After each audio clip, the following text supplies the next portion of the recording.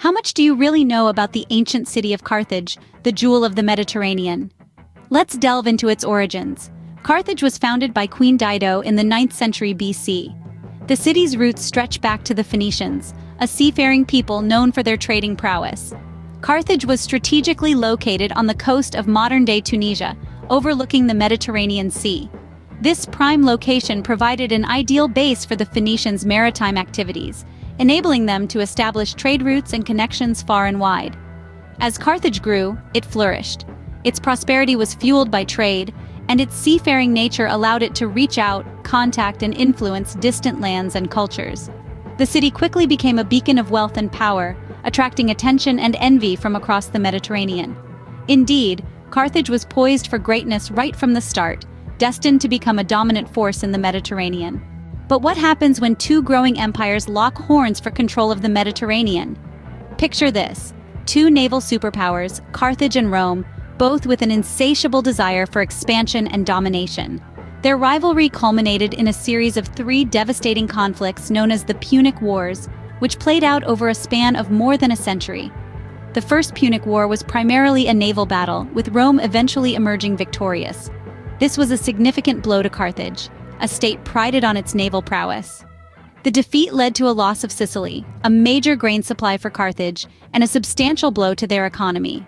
The Second Punic War, however, was a different kettle of fish. Enter Hannibal Barca, the Carthaginian general who dared to do the unthinkable.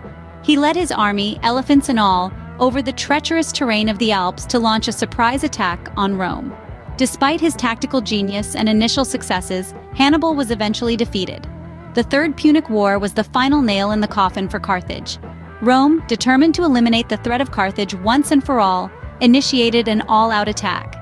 After a brutal siege, Carthage fell to the Romans. The city was razed and its territories absorbed into the ever-expanding Roman Empire. But the Punic Wars were more than just a series of military conflicts. They were a transformative period in the history of the Mediterranean. Carthage, once a mighty empire, saw its territories shrink and its influence wane. The wars drained their resources, weakened their military, and left them vulnerable to future attacks. Yet, in the face of adversity, the Carthaginians demonstrated remarkable resilience and tenacity. They fought tooth and nail to defend their homeland and preserve their way of life. They produced heroes like Hannibal, who defied the odds and left an indelible mark on military history.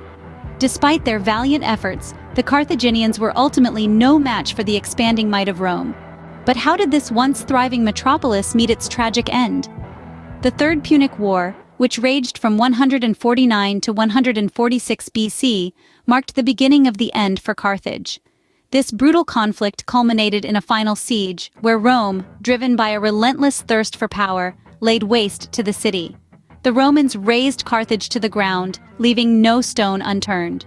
The once vibrant city, teeming with life and culture, was reduced to ashes. Its people, who had once enjoyed the prosperity and grandeur of their city, were chained and sold into slavery. And as the legend goes, Rome, in a symbolic act of finality, sowed the city's lands with salt.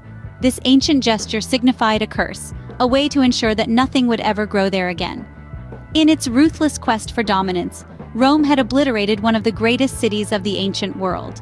So what remains of this once mighty empire today? Well, the archaeological remains of Carthage can be found in present-day Tunisia, a testament to the city's rich history. These ruins speak volumes about Carthage's lasting impact on the world, especially in the realms of art, architecture, and navigation. Carthage was a beacon of progress and innovation, creating artistic and architectural marvels that were ahead of their time.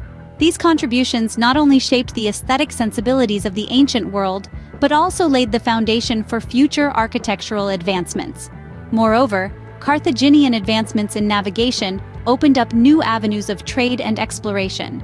Their maritime prowess was unmatched, allowing them to establish a formidable empire that spanned across the Mediterranean.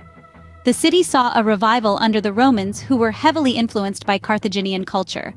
This influence trickled down to the Roman Empire, shaping its development in significant ways. Though Carthage may have fallen, its legacy continues to echo through the annals of history.